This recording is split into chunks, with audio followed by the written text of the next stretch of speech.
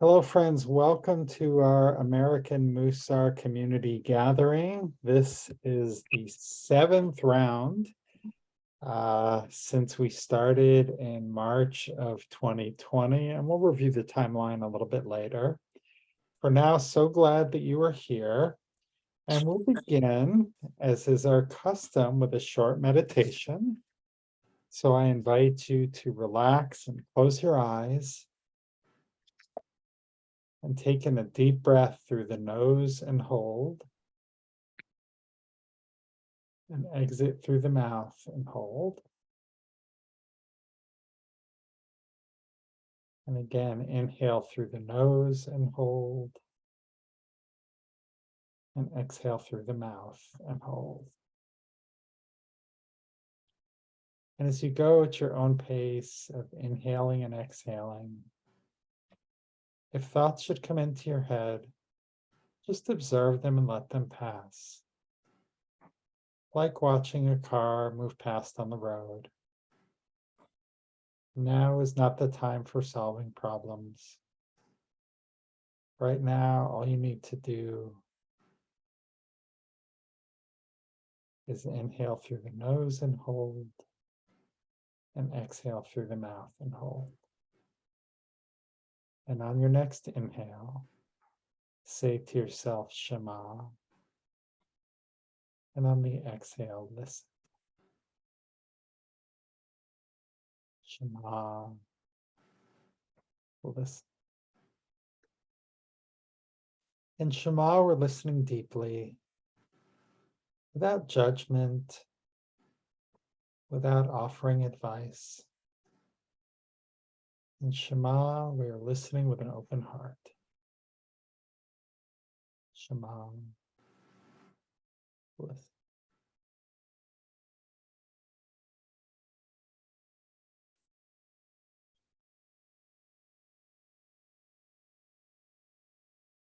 And when you're ready, you may open your eyes.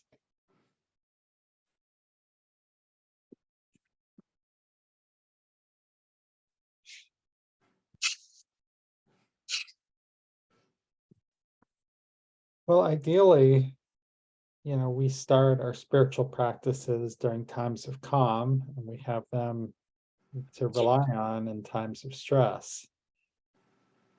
Here we are in a time of pretty extreme stress, and I guess everyone on this call has been practicing for a while, and I hope that beginning this journey of self-exploration once again will help resource us to deal with the real stress and heartbreak that we're experiencing today.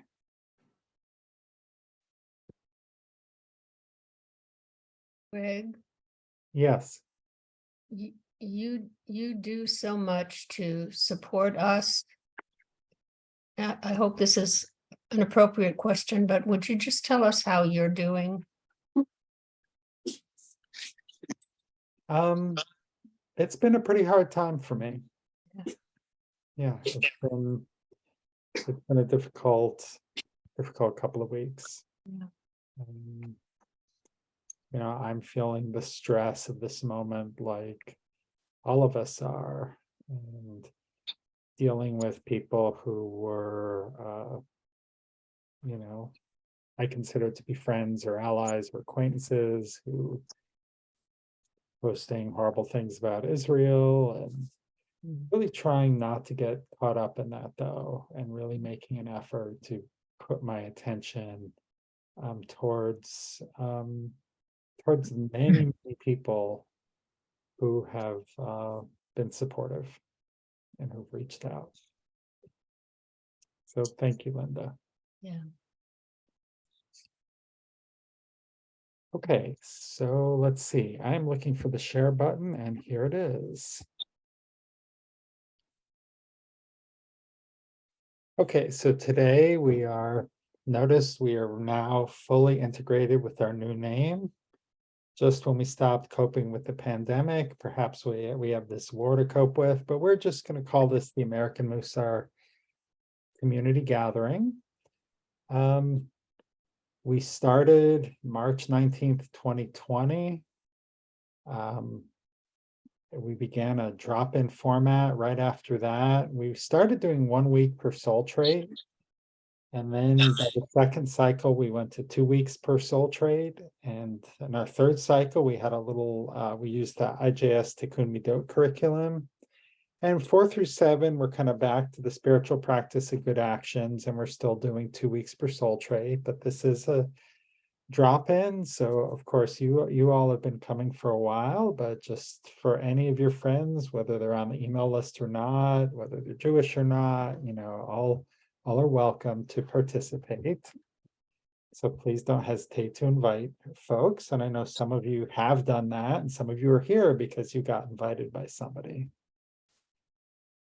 So let's just have a little review about what Mussar is. And there's a lot of potential definitions. And this is going to be our opening question for today. So you could think of it as an experiential learning of Torah, learning by doing, Jewish mindfulness for becoming a mensch, a spiritual practice to emulate the divine and become holy, a way to identify and heal those parts of your soul that cause you to get stuck. Or you could say it's a way for, as Rabbi Eli Lopian said, it's a way to shorten the distance from the heart to the head. So which definition kind of resonates with you, or maybe raises a question? Or any of these, how you think about the Mussar practice?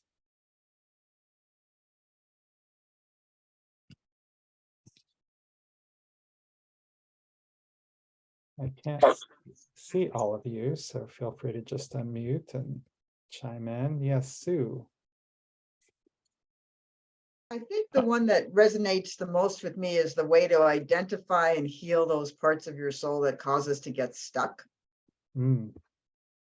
I think of it, I've actually been doing Mussar I started it at our synagogue, and I write every morning the statements for some of the soul traits. And then sometimes I'll think about, what am I stuck on? Am I, do I need more order? Am I not patient? Where am I out of balance? And those things tend to make me stuck. And I think about, what do I need to work on so that I can be unstuck? That's perfect, Sue. That's perfect.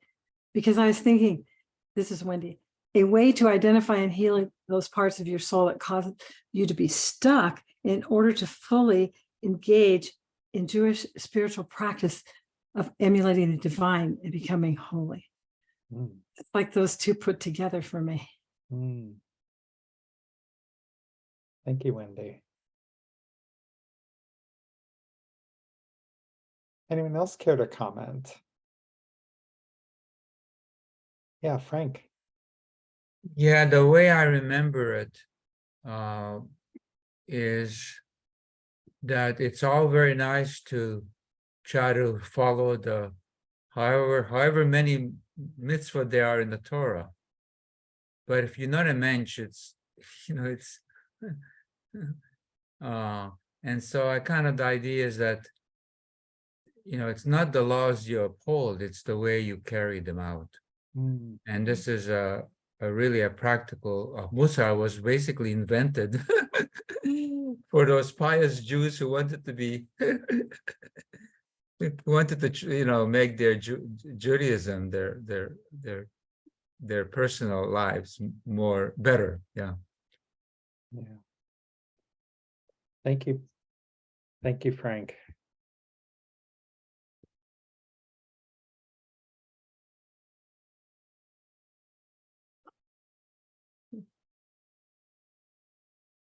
Anybody else? Yeah, Linda. I share what a couple others of us have said. A way to identify and heal those parts of our soul that cause us to get stuck. I noticed that since doing this with everybody I feel much less reactive. Even though I might mutter to myself when somebody does something that I don't approve of or think is stupid, I don't say it. And I feel much better about myself by curtailing some of that reactivity. Thank you, Linda. Yeah, being able to go from a full-on vocal reactive to a muttering to yourself reactive, that's huge. That's really big, and that's kind of how it goes. It's not like, you know, someone was once a big time Buddhist person who learned directly from the Dalai Lama. They sort of talked about the Dalai Lama and anger, and what basically it boiled down to was you get angry and then you act on the anger and then you stay angry, or you calm down eventually. And he would still get angry, but he wouldn't act on the anger and he would calm down pretty quickly. So I'm hearing perhaps a similar dynamic in what you're describing, where it's like, yeah, I'm still like activated by whatever it was that annoyed me, but I'm not going to throw gas on the fire with my reactions. Is that accurate? Yes. Yes. Awesome. Awesome. So you're doing as well as the Dalai Lama. And I think that's pretty good. And he spends 5 hours a day on his mindfulness practice. So you're getting there with a lot less work. So that's pretty good. When this happens and Frank is sitting next to me, my next goal is to mutter softer so he doesn't hear me. Nice. Sue, do you have another comment? Yeah, sorry to speak twice here. That's not very humble, right? Anyway, that was just a joke. So the other thing was what raises a question. And so the last one, a way to shorten the distance from the heart to the head. Maybe it's because I'm literal. I'm not getting that. Like, are we supposed to put our heart in our head? I mean, shorten the distance. Maybe you could explain that. Sure. I probably got it backwards, because I think what Rabbi Elia Lopian said is the longest distance in the world is from the head to the heart. And so we sort of know what we're supposed to do, but it's hard to kind of act on it sometimes.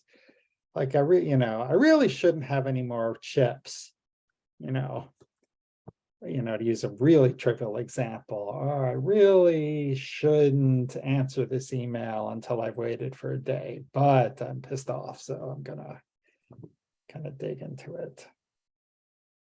Thank you. That explains it very well.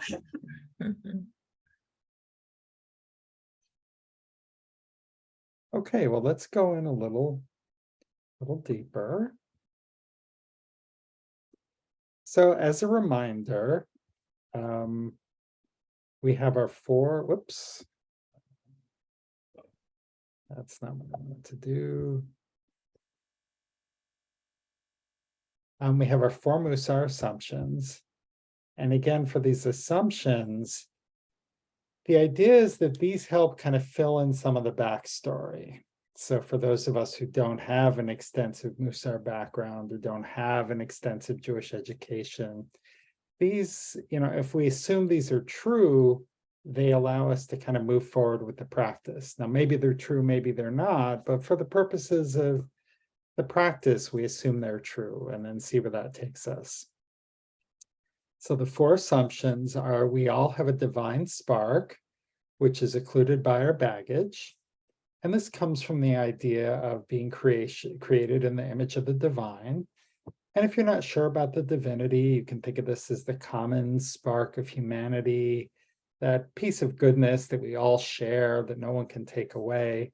But we also have our baggage, our disappointments in life, those things that have gone wrong, those hurts we carry around with us, and that baggage gets in the way. It casts a shadow so that we can't always see or access our spark, or see or access the spark in other people. We all have free will, but it's not always accessible. And I do believe that we have free will, but when I'm really mad, sometimes words are coming out of my mouth before I think about it. And well, I guess you could say, well, Greg, you had free will and you made a choice, but it doesn't feel like it. I'm just so reactive. It just happens without sort of having conscious thought. And Rabbi Pear, who was Alan Marinas' teacher, he said part of what Mussar does is it increases that space between the match and the fuse to kind of give us more time to exercise that free will. We're driven by the conflict between the evil inclination and the good inclination. As a reminder, this isn't the kind of evil like we're seeing in the world today. It's more like our selfish impulses, our anger, our sexual drives, and our good inclination. Those are like our compassion, our social abilities, those things that are really uniquely human, our ability to cooperate, our ability to, care for others. And the goal is not to get rid of the traits of the evil inclination, but to guide them. We want them, ambition is essential for being human. But if we're driven by our ambition, if all we have is our ambition and it's not tempered by the needs of other people, that's where we can get into trouble. And the last one, and the one that is bolded, and the one that we often start with, is that we all have the same soul traits, but we have a unique measure of each. So even like the most impatient driver in the world still has the trait of patience. It's just it's out of balance.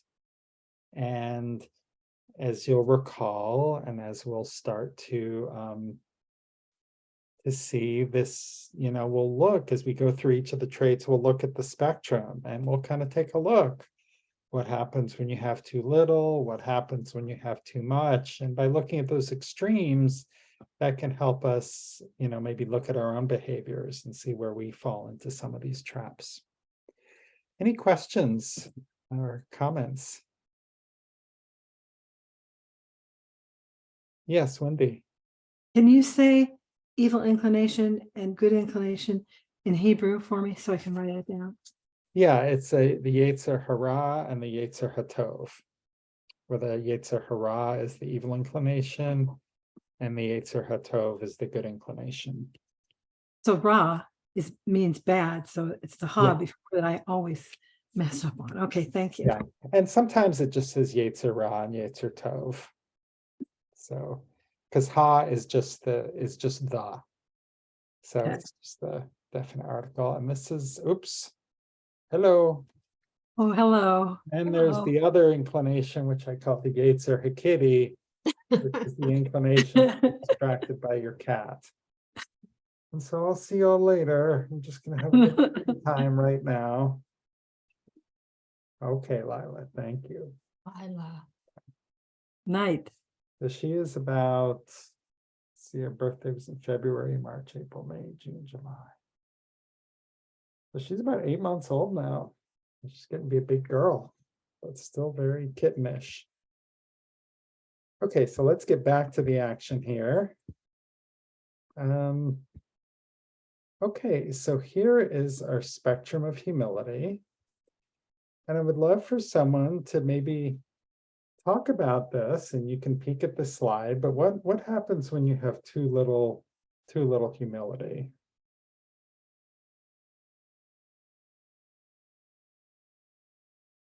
Yes, Elisa.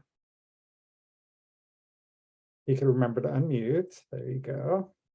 Sorry, from what I read in chapter 5, I just started reading it.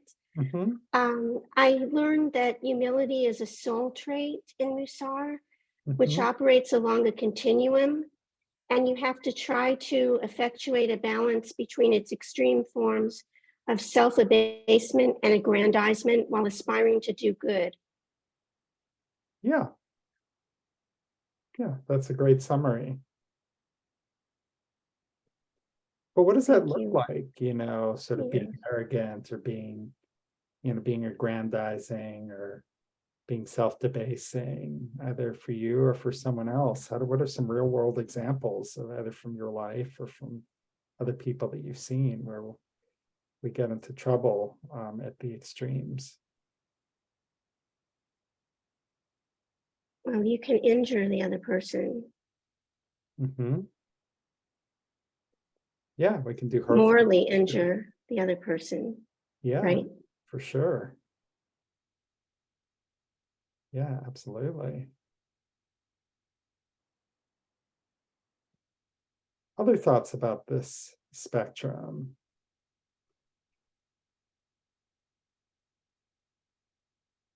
This was what I was dealing with for the 60 days that we were just in studying Psalm 27 and also working out of another book of 60 days. When I went into it, the other book I was working with was called 60 Days, and that rabbi happened to say, if there's something that you need to make a decision about, you need to write that down. So my decision was our dance instructor or dance leader, whatever, at our temple, she left suddenly. And then some people were saying I should do it. And then the rabbi, she vacillated and she didn't exactly. I mean, I went into this saying, I don't know what I should do because I love to dance and I've taught for years, but I haven't taught for the last 19 years, but I taught for many years before that. And I knew that it would, I couldn't decide. And then I was just saying, I was just asking the divine to give me some kind of something to go on. And what I heard was, it's your humility. And I was very shocked because when I first started studying Mussar, there were a couple of the traits that I said, oh, you know what? I don't really have a problem with that. And then I'd want to work on all the ones that I had the bigger problems. Come to find out that no, this actually is one of those problems that can be like a big problem, but hidden because it's only maybe about one specific thing. And so I really had to, I had quite a ride, and ended up saying I would do it. And in the first class, nobody came. Oh, I was so glad though, because it showed me that God truly did show me that, hey, you have to work on yourself. If you're going to be given this wonderful opportunity and this wonderful responsibility, that's something that I feel brings Israel into the room, because I feel very close to Israel when I teach Israeli folk dance and becomes the face of Israel here. And so I know how important it is, and it'll happen. But now I've just let it go. So I'm so glad, because sometimes it's really hard to even notice what trait you should work on. And I was surprised. I said, yep, some things I just need to work on that. Thank you, Wendy. Thank you so much for sharing that story. Yeah, it's very powerful. I'm going to pull back up the spectrum because there's also a mantra at the top. As a reminder, in our Mussar practice, we would start the day with a mantra or recitation phrase. I recommend writing it down on a sticky note and putting it on your bathroom mirror, or putting one on your steering wheel, or and the mantra for this one was written by Alan Moranis, is no more than my space, not less than my place. And Paul, I see your hand. I will get to you in just a second. But Wendy, if you don't mind my asking, how does that mantra maybe relate to humility in the context that you were sensing it for this dance class? Okay, give me a little time and Okay. I'll come back to that. Okay. Okay, so let's hear from Paul. Thank you.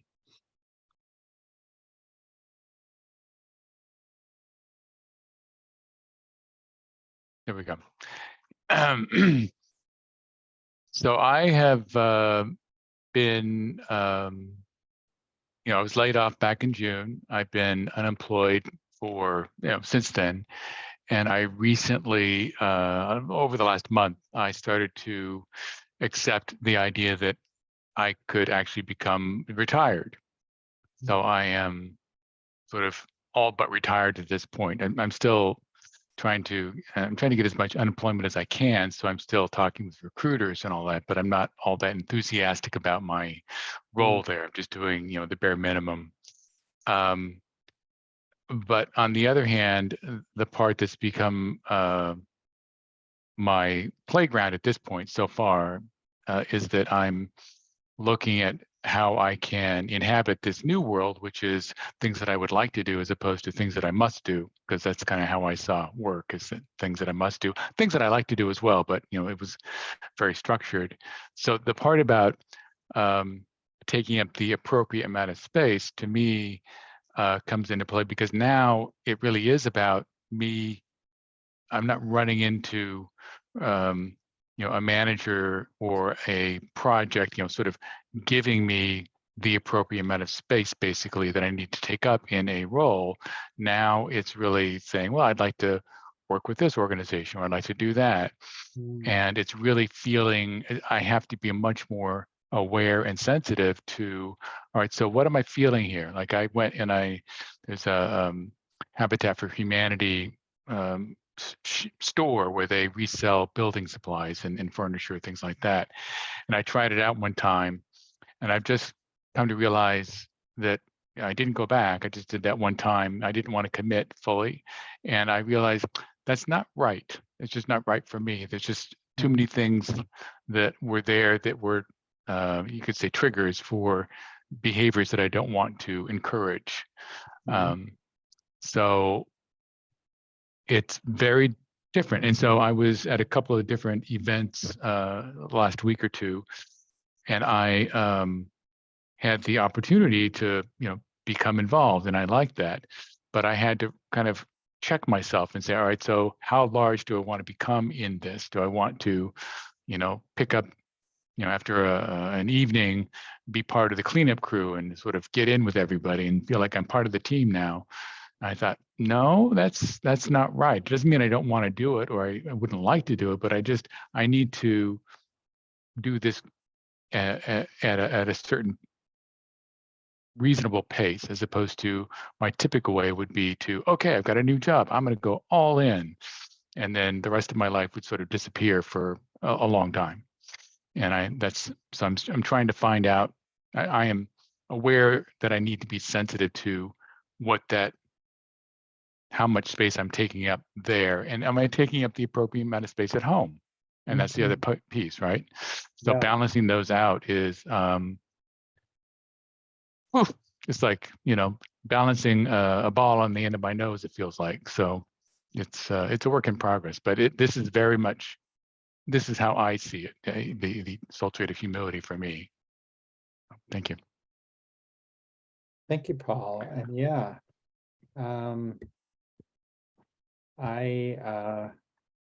I think that's a really good way to think about it. And one of the things that we studied in the IJS David Jaffe material is a trait called Hitlan, which means to learn about oneself. And for that point of view, it's really kind of one of the most fundamental practices. And what I'm hearing is that you're noticing, you can use the humility lens, but also to kind of learn about yourself and list yourself. It's like, oh, do I want to do? No, this doesn't feel right. Glad I tried it. I'm going to go try something else. And so that's a really beautiful kind of practice and process that you're going through. Okay, ready? You're ready. Okay.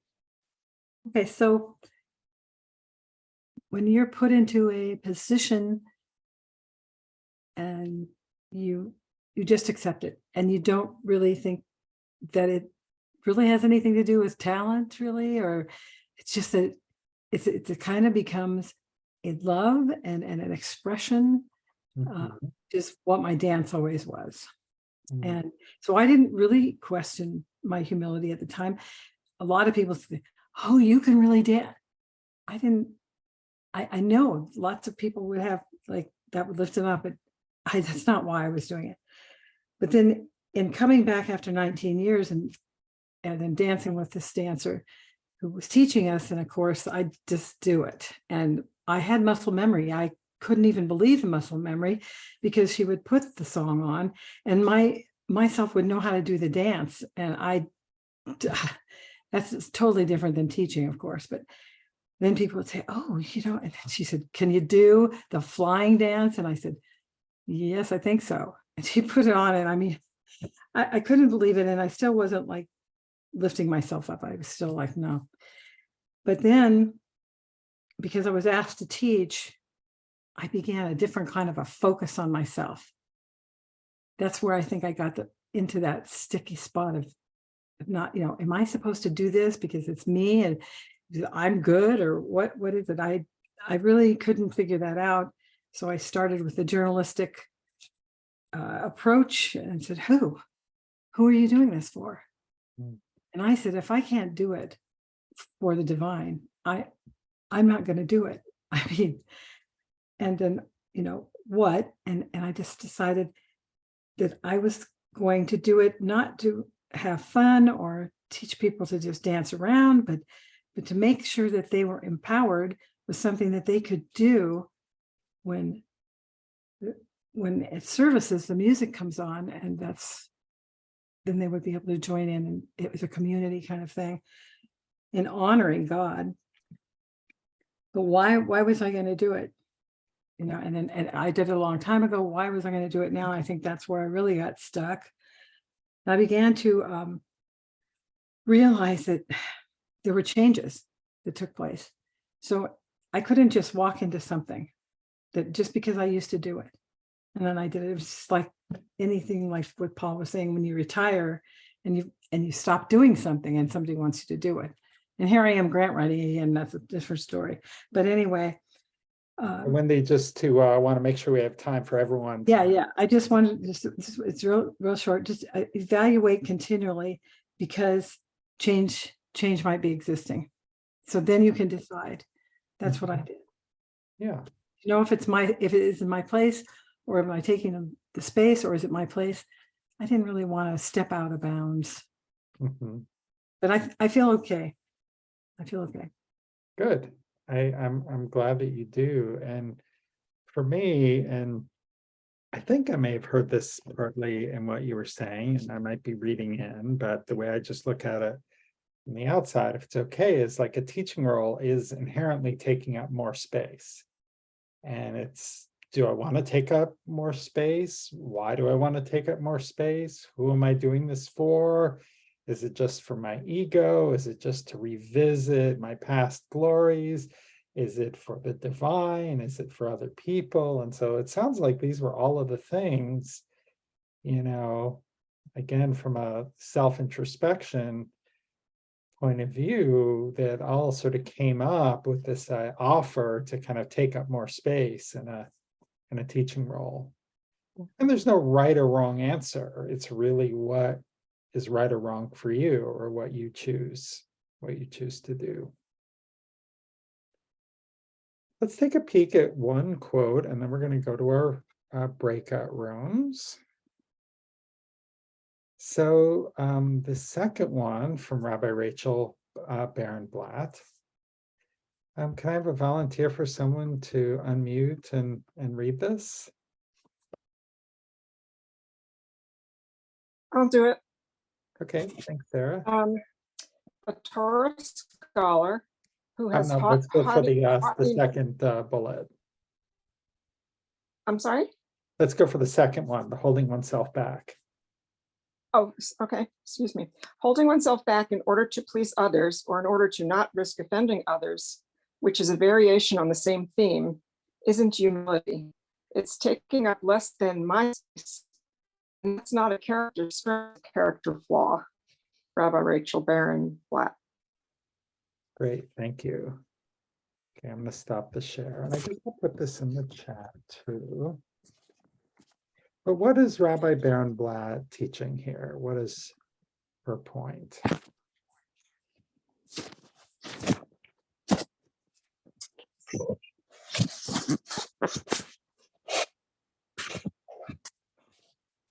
kind of think it's having too much humility, trying to have too much humility so that you can have humility. It's Mm. almost the opposite. That's kind of the way it seemed. Yeah, it's kind of getting into the sort of self-effacing part, where we're nullifying ourselves, where we don't want to ever offend anybody. Yeah, that's not.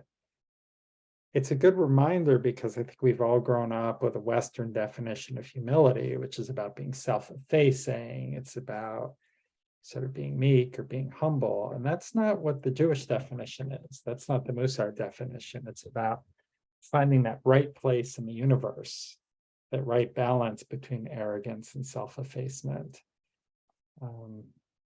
Karen.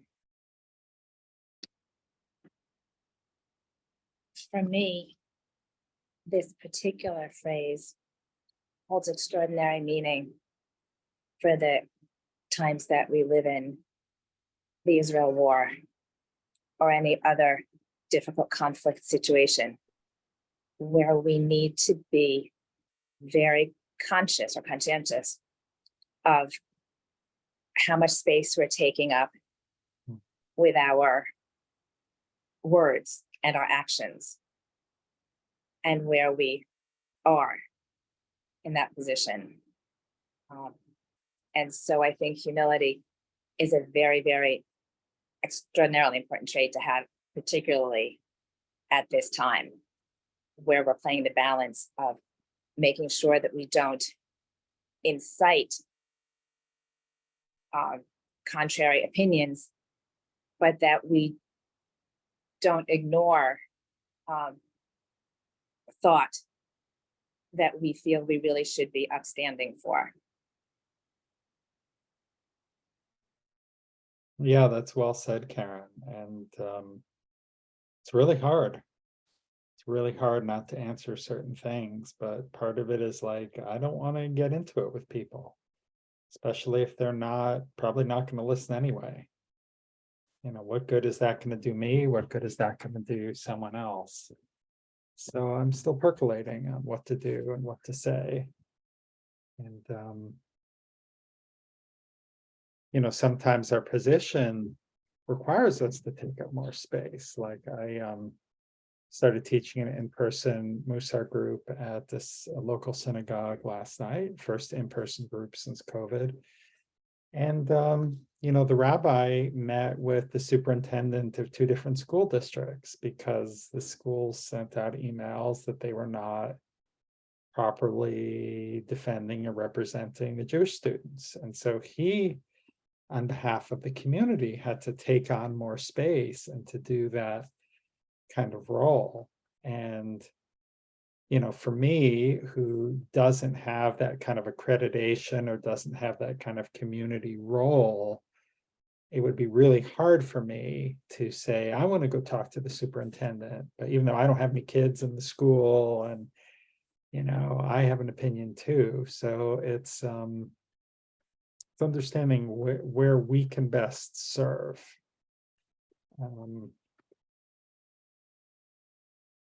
Yeah, Frank.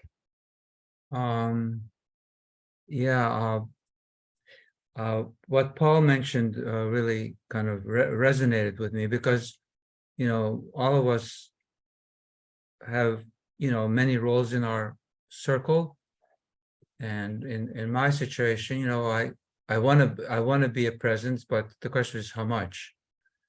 And yes, I serve on the Louisville Jewish Community Relations Council. And so you could imagine that Israel is front and center. And I'm definitely on the left side.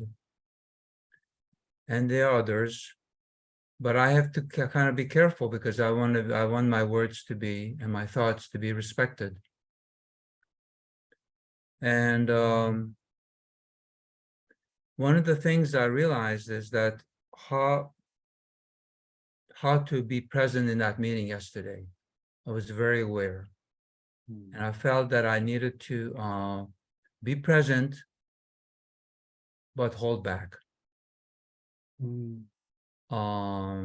Because I didn't want to say something that would kind of, instead of being heard, be criticized. But I did say a couple of things that I felt that was, what's the word, that I felt was kosher. So this is, this is a good topic today, for sure. Well, we're going to now head into our breakout rooms. And as a reminder, if you're new, the way this works is I'll give a little chat prompt, and then you go into the breakout rooms, and each person will have a chance to talk. It's not really a place where we give advice or we judge. We're just there to kind of listen and allow someone to share and have the experience of just being heard by someone who doesn't have any other agenda than to be present for you. So the question is, what is the biggest barrier to being your best self right now? And how might taking up more or less space help you with that?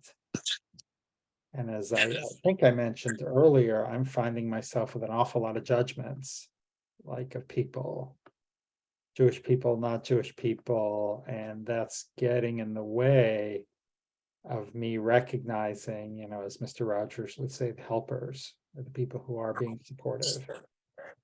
And so I don't want to take up space from that place of judgment. I need to take up less space from the place of judgment and open up more space for other things. So the breakout rooms are open. I have maybe 6-7 minutes. So just click on join breakout room. If you are streaming, this is where sized. Okay. Welcome back. We have a couple of minutes. I'm curious, would anyone like to share? Don't share anything personal that you heard from your partner. That would be for them to share or not, but any insights you had on kind of how occupying space more or less might help you navigate something that's that you're dealing with right now. Yes, Linda. Most of the time I'm satisfied with the amount of time we have for breakout room, but this time I wish that there had been more time. Okay. How about that? Okay. I will see if next week we can get to the breakout room a little faster so we can have more time there. Sue. I'll share one thing I said. I was struggling with a barrier. I'm this joyous person, and now we're going through this horrible, horrific, terrible time. But I still see this beauty. The autumn leaves here in Minnesota have been absolutely spectacular. So, at first I was like, do I post this? People are sad and everybody's depressed, but I sort of can't help it because that's who I am. So I was sort of torn a little bit, but I think it's basically a good thing, but maybe not post happiness all the time, but things that bring people joy, like I do sunrises, sunsets, fall leaves. And I think that's good. But I struggle with that a little bit when we're going through the worst time that we've ever lived through, to be posting happy things. So I shared that. Yeah, thank you for sharing that. And thank you for sharing that here. It is one of the difficulties. I was speaking with someone who gave me very good advice. What are you going to do to take a break from the stress of the sorrow? Because your body cannot maintain the level of stress without having some decompression. And so but I think, we live in such a judgmental country and such a judgmental time, and social media is not exactly a warm, nurturing place, but it's understandable that you would, again, have some self-reflection about that you would have some concerns about what, how it might be received. And so, yeah, it's a real issue, and I'm glad that you can provide some uplift for people too. See if Toby and then Karen. Sometimes humility, and this was something we discussed in our breakout group, sometimes humility demands that rather than jumping up and responding to something, to be truly humble is to choose not to respond. Choose, and I think Frank mentioned that too, that sometimes depending on the position you're in, the best response is no response. Yeah, that fundamental decision. Do I take up space? Do I not take up space? And sometimes the right decision is not to take up space. And sometimes, like in the case of this rabbi who's going to talk to the school superintendent, he has to take up space. I am sure that is not something he wants to do. It is not a fun task. But that is this is required of me for my position. Someone else had a hand up. Oh, it was Karen. Karen. Do you want to have something you'd like to share? This is possibly a reiteration, but that humility isn't always about not speaking or speaking up. It's about recognizing when we speak up and how much we say. And the other is a response, but something I think I shared maybe last week at the meeting, which is that in the darkest of times, as well as good times, Judaism does encourage us to find sparks of joy. And thinking about that, those sparks of joy are what help us to take care of our bodies, that house our souls, that allow us to take care of ourselves so that we can take care of the world. On that note, Shabbat Shalom. Shabbat Shalom. Marjorie. One thing I said about, you asked like, what's blocking my humility? And for me, it is correct information.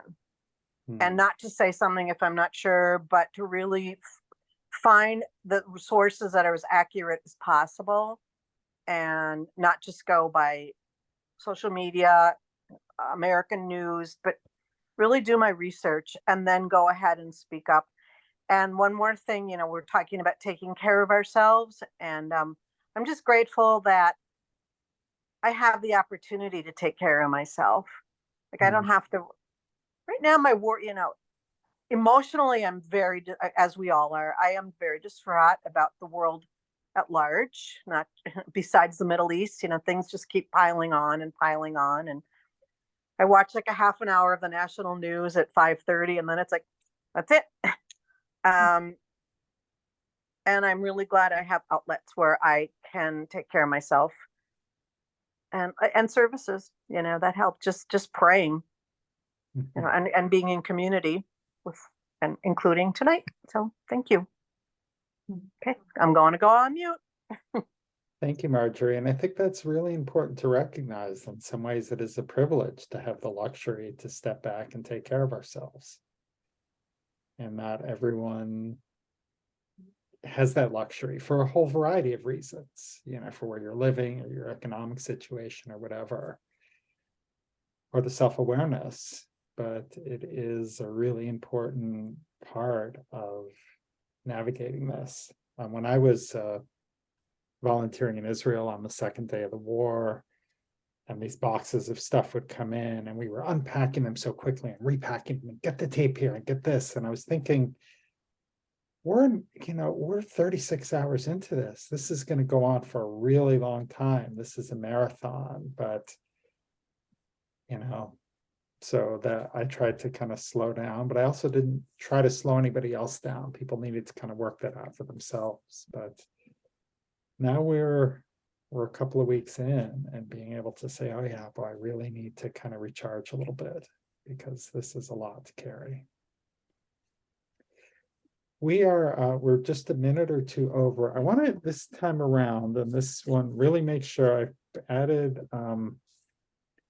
some information to the chat that you can cut and paste, but just to think about taking action during the week, to write down the mantra. And these are all in the book, but if you don't have the book, or even if you do, just to take a minute and think, what is the one action you're going to take this week to maybe move towards balance?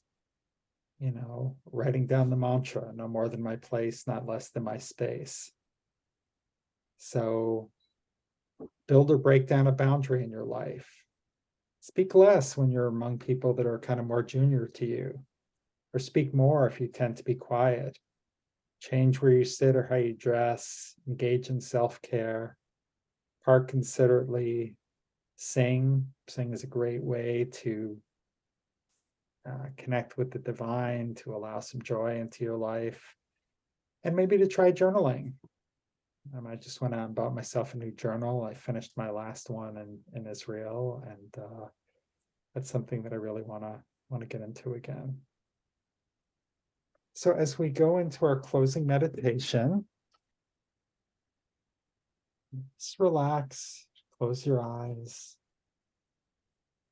taking a nice leisurely breath through the nose, and a nice leisurely exhale.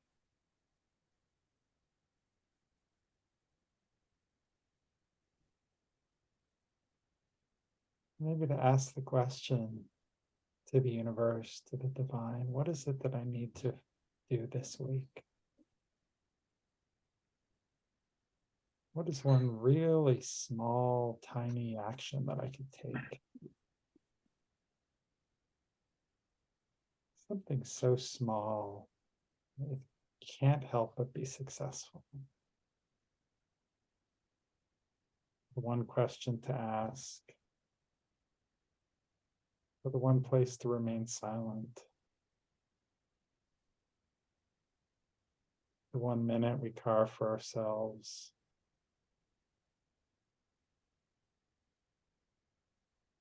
The 1 minute we give to another.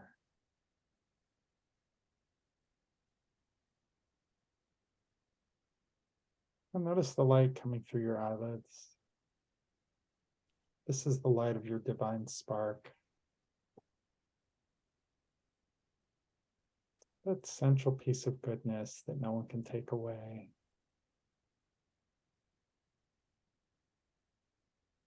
Just allow yourself to sit in companionship with the warmth and the love and the acceptance.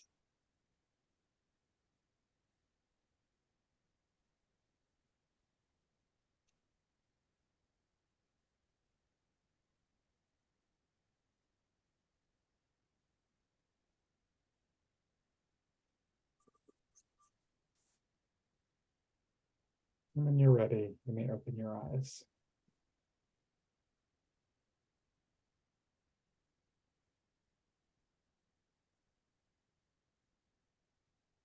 Well, friends, thank you so much for being here. I look forward to seeing you next week for our second week of exploring humility and sending comfort and strength as we navigate these times. Greg, Thank you. Shabbat shalom.